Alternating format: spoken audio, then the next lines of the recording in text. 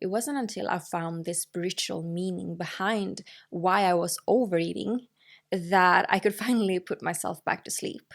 That I could finally, believe in myself, gaining confidence in that I will not fail. I will not put myself through things that is hurting me and my body any longer. And I will not eat my emotions, so to say. I knew that, and at that time I was very aware of it, but still I couldn't really change the behavior of stop overeating when I was feeling down, when I was feeling stressed out. So we're going to talk about this today. We're going to talk about emotional eating and how that was actually how I was spiritually starving.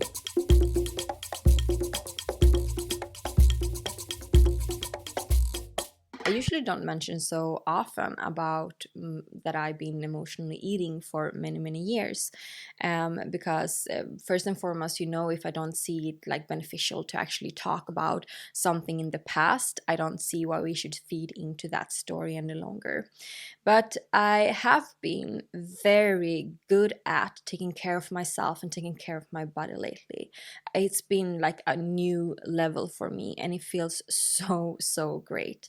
I've also started to realize that, wow, I still see in areas of my life where I maybe add a little bit extra to the plate. It's nothing like dangerous or something like that, but a little bit extra to the plate that I maybe actually are supposed to do for my body.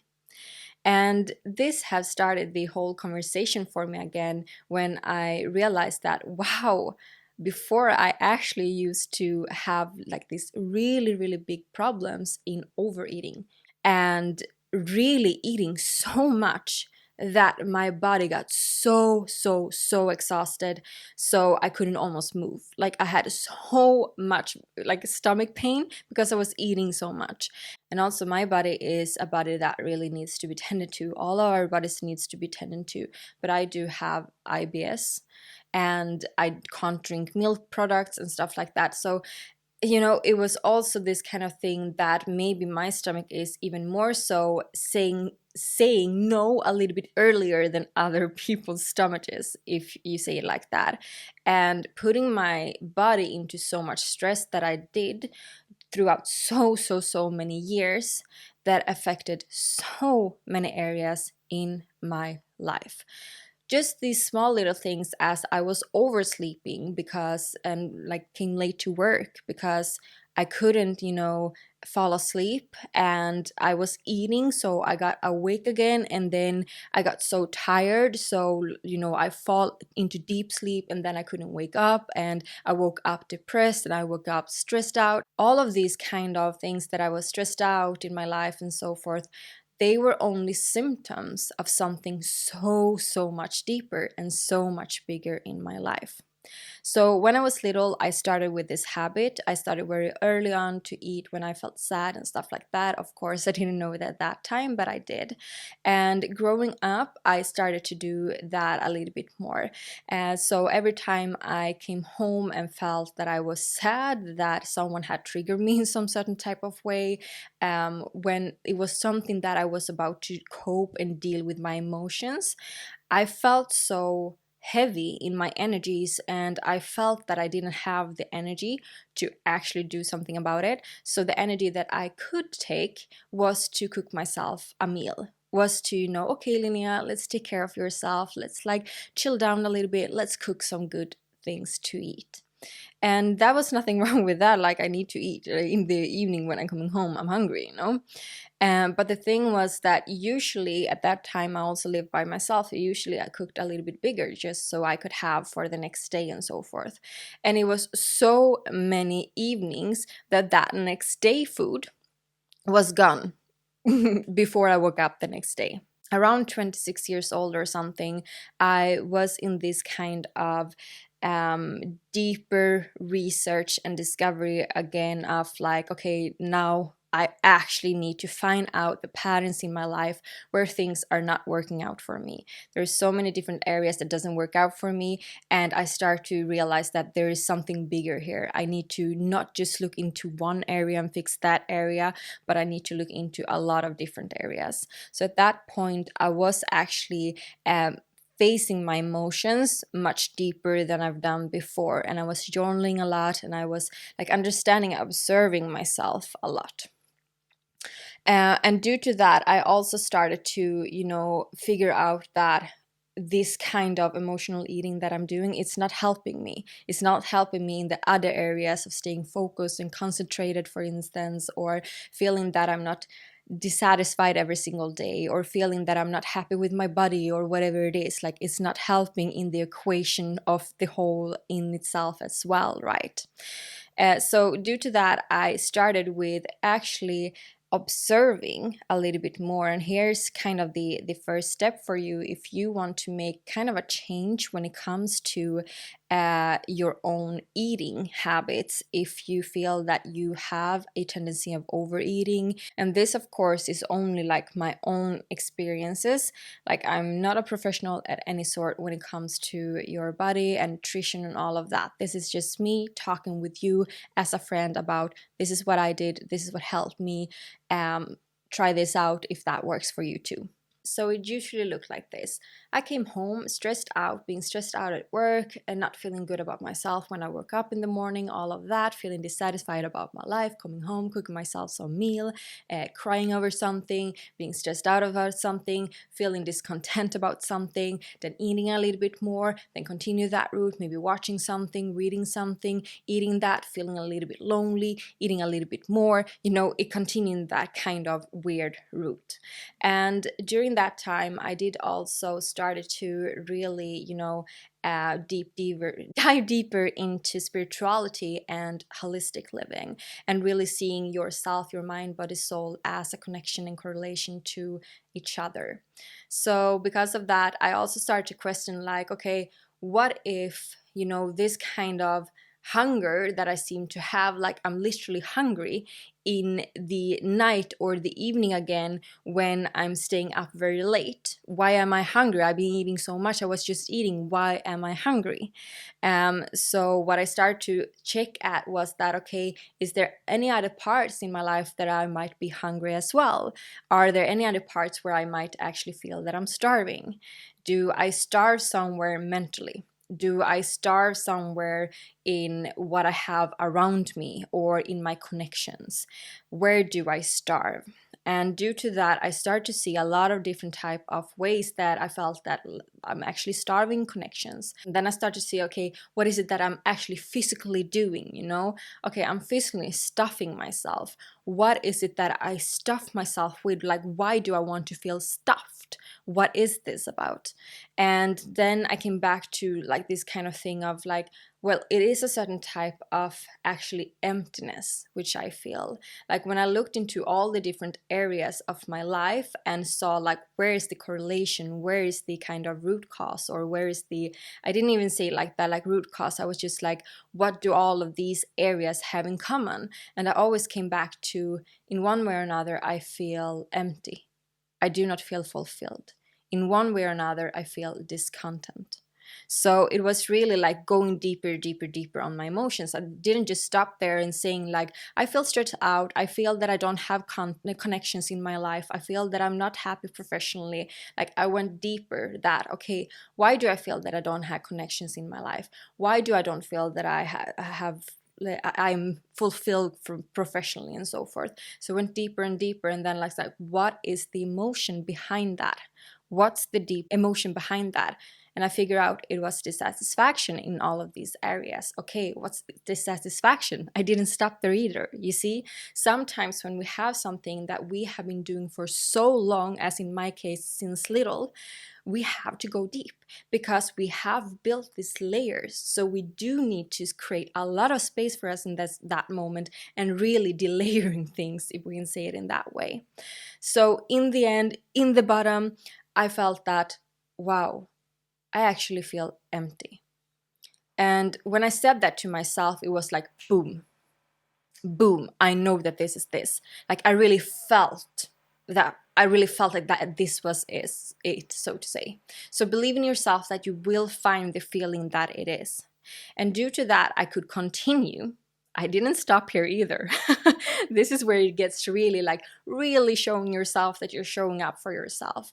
But feeling into, okay, I feel empty. Why is that? Why does my life feel empty? What can I do to fulfill my life more? I feel spiritually starving. I'm starving in connections. I'm starving in that I actually don't have real desires in my life. I don't feel that I have real hobbies that really lights me up. I don't find that I have a job where I feel fired up every single day. I don't feel that I have a fun lifestyle where every single day wakes up and like this is going to be so fun the whole day. Of course, I had like sections or frictions or things in my life which I did enjoy, but it was in the bigger picture actually not that I was truly, truly, truly passionate about, or it was too little of those things. So that started the kind of, again, a bigger picture of me asking myself that what's my purpose? What's the meaning of life? And that question always scared me because I was always feeling that I don't have really a desire. I don't really have passions. Like, what is it? I was really like confused when it came to that. So it was a scary question, but I started to ask myself that question again. And I started to ask that question daily, and I continue to go deeper and deeper into desires and what truly desires are to me. So this can, as I said, be very different from you, but I do believe and I see that many who feel some certain type of emptiness, or many who feel some certain type of, like, we have some certain type of behavior that is hurting us, that is not good to us. Usually it is due to a couple of things linked together, and a couple of things that we are not really going into the root cause. We are just seeing the symptoms. We are trying to get better sleep. We are trying to get another job. We're just looking at the surface level to, get like trying to fix these areas where it seems to be. But if we're not going deep into the root cause around it, we will just continue the next cycle. We'll just go to another job where it doesn't feel fulfilling to be there either. We will have difficulties in falling to sleep and blaming ourselves every morning that we fall asleep late, so now we woke up too late and stuff like that, right? So what I want to say to you with this, to give you some certain type of action and how this can be healing and helping for you, is to do what I did. Do and check in on your emotion. Where is it that I'm starving? Because in one way or another, it is a symbolism. If you're overeating and binge eating or eating like hectically or whatever it is, that you in one way or another are, starving in one area or another in your life. You are starving, and ask yourself, what's the deeper like kind of fulfillment I want in my life that I feel that I'm not getting? And something that I noticed throughout many years now, rediscovering myself, understanding myself in a totally new way, also changing and shifting my versions in such a greater way, where I do not have this daily feeling of discontentment, where I actually feel very joyful in my life, is that usually when I have had difficulties in doing something different, in changing in behavior, in shifting, in making this big change for myself, where I don't want to do a certain type of behavior any longer, where I don't want to have this certain pattern any longer, when I do remove the focus on it, it's so much easier to change it because I'm not adding the focus into it. Sometimes when something feels really difficult, we have built up this huge like resentment bubble, so to say. So it might feel that it is like a long life lesson to learn and change and shift, but it isn't. Sometimes what we can do instead is that we're starting in other areas. We go to the root cause first and foremost, and then we start to apply it in other areas, so that we kind of don't put the attention to, we're not feeding in, we're not fueling into that energy. And meanwhile, we are evolving and shifting in these other areas. What I notice happen many times is that it's so much easier to make the shift and change in this area that I wanted from the beginning, right? But also it's I don't have the same resentment or the same resistance any longer towards it, because it's almost as I've, put a shield. I'm a little bit stronger now, so I can go into that one that felt heavier with another level of strength, if that makes sense. So what I started to do was actually to really, as I said, listen into my desires, listening and finding out and discovering my purpose, discovering what I truly wanted to understand about myself, what I truly want to do in this life, what my meaning was, what gave me meaning first and foremost, like what is meaningful to me. Start to ask that question on a daily basis, like what is meaningful to me? How has this day felt meaningful? And I added it on my list, I wrote it down, and I started to create more and more space for these certain type of thoughts, activities, ways of being, lifestyle that I felt add meaning into my life, and where I feel that, I'm light up. I have my fire within. My fire is really burning, and from the heart, so to say. I will actually also give you another type of journaling prompt, which I was thinking about before I started this video, that I used during that time when I wanted to stop this kind of behavior of compulsive eating. So something that you can start to ask yourself is to begin to journal about your eating. When you've been eating, like overeating or binge eating and stuff like that, write down what thoughts did you have before. What thoughts did you have earlier that day? What thoughts did you have right before, when eating? Also important, when eating, what thoughts did you have? And after eating it. Just write down to start the awareness around it. It gave me so much information, and it gave me so much power actually, because I really started to see that I'm really aware what is happening. It's just that I'm actually not listening to it. So how can I listen to it more and so forth? Like it started a lot of processes that really helped me in this moment for myself. And then I also wrote down like what emotions did I have. So not only the thoughts, but what emotions did I have around it. Number 2, when it comes to this, is to then later learn to snap out of it.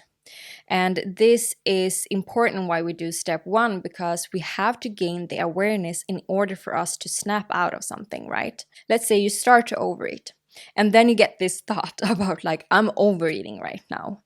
And then I want you to have a certain type of decisions with yourself, what you're supposed to do when you're sitting and overeating. So that might be that you're just like, oh, when I'm sitting and overeating and when I'm noticing it, I will put it down and I will ask myself, is this something that I want right now? Can I stop right now? Whatever it is for you, like start to just create this kind of conversation with yourself. And see yourself for that, where you can really stop with the behavior, but not blaming yourself for being mean to yourself, right? I could sometimes be like, oh, I'm so mad at myself because I know this, I know what's happening, I'm aware of the thoughts, I'm getting aware, I get these questions to myself, and still I continue to binge eat. But the thing is that you maybe been doing this for a long time, or maybe this is something that feels really difficult for you to change. So don't be hard on yourself also, right? Be loving and tender towards yourself and say like, hey, you know what? This is cool. I can actually sit here and eat, but I also have the awareness of I maybe should not do it. Great. Because the more that we do that and the more that we invite lightness into the situation, the easier it will be continuously to stop with that behavior. Some behaviors does feel at least difficult to snap of it directly and never do it again. Many of us have tried that. Many of us have tried so many methods to do that. So this is not about a quick fix or finding something that works for a while, but this is really finding what will work for years and years and years, or maybe lifetimes to come, right? So when it comes to these kind of behaviors that you really want to change out of, as in overeating, emotionally eating and stuff like that, it's really about, being so aware and processing it so much and working with it in one way, not like working with it, I don't like that word, but playing with it in one way or another. as much as you can so that you create a great relationship with you, your eating habits, and what you do. And then what you can do after that, when you created this awareness, where you're started to see like, well, sometimes I actually not overeating. I have a couple of days when I don't do it. I have a couple of days when I do, and so forth. When you see that kind of progress, when you go into that direction, you can also start to apply and add other type of practices that works. And I will share with you one of the things that worked really, really great for you. And then I think I will end this episode for today. I've been talking on a lot, but that is that I started to apply mindful eating into my eating habits. So essentially what emotional eating is that, in my words at least, it's to be very, very intentional with when you eat. And usually in the beginning at least, but maybe always, you decide yourself, or often at least, it's good to remove all other disturbances so that we are able to be as intentional and be as aware, as present as possible, because that's also the core about being mindful, right? To be present, to be here and now. So that's why I started to not look at something while I was eating, not like read something, not write something, like nothing about that sort. I was just sitting with the food. The food and me had a relationship in itself. I didn't focus on something else, so the food didn't get respect or the kind of attention it deserved, right? And then I started to eat very mindfully. I started to put up the spoon and took a spoon, put it down, and started to eat, because I also had this kind of habit of eating very quick, and that was also affecting a lot of my health, and my stomach didn't really like that at all. I still have to like pay attention to if I eat too quick sometimes, because or else I can get a lot of stomach pain, so to say.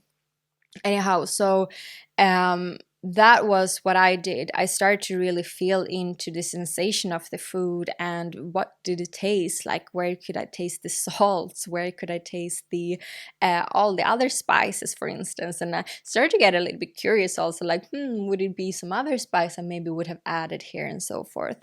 I was also very grateful in the moment for what the food was doing to me, how it was nourishing me, how it made me, be full as long as I needed, and stuff like that. So that was a process also in itself, but it was actually a very like cute, and I like that moment for myself because I had a really great time eating. It felt very sensational, if you can say it like that way. Sometimes we need to do certain type of things, and I think that for me, I remember I was like, do I always need to sit and mindfully eating, or I'm wasting time, or all of those kind of thoughts that I get. But then I asked myself, like, is this important to me? Yeah, it is actually very important to me. And right now, what I feel that works in one way or another for me is actually by applying this mindful eating to my eating habits. Well, can that be okay? I try it out for a half a year or a year. Can that be okay? Or a couple of months? Can that be okay that I'm maybe wasting time then? But can that be okay? So to end today's episode, my kind of emotional eating was a effect of that I have been since little spiritually hungry, and I learned how to numb my feelings by eating. And instead of actually taking action on things, I had this kind of passive way of numbing myself, numbing my feelings, numbing the kind of me that really wanted to live in a certain type of way and have desires in a certain type of way and take action on certain type of hobbies and so forth, right? So this was really something that helped and heal my emotional eating. Today, I'm not afraid of that I will fall back into those eating habits. That does feel like a totally other lifetime for me. And here is where it's so empowering, and I feel so confident in saying that. I have no idea. I can figure out any certain type of thing that can happen in my life that maybe sounds like really weird, but that is how I feel right now. That I will fall back and binge eating, overeating, going up and eating late in the night as I did from before. I can't see it happen. I can see myself still, yes, eating a little bit extra on the plate when I feel it's like good food or something like that, or snacking a little bit when I feel that I want some energy to my brain. Yes, that happens. That happens for me, absolutely. But going down that route in like disturbing so many areas of my life due to my food and due to my relationship, because it's the relationship with the food, that I don't see that happening longer. I have, it will not happen. And why I say that to you is because you can really change and shift the relationship with your food and with your behaviors when it comes to your food. And when you do that, you will have a totally new relationship with it. You will be able to feel really, really great when it comes to food, but also when it comes to other parts in your life, because as I said, it's usually not about the food. I hope that this was helpful for you. This is all I had for today. I do accept coaching clients at this moment, so if you want to go deeper with me, you have all the information in the description. The first call with me you will get for free, so check it out. I have it for now. It maybe will not always be like that, and I hope to talk to you next time. Take good care of yourself and keep on listening to Within Talks. Bye.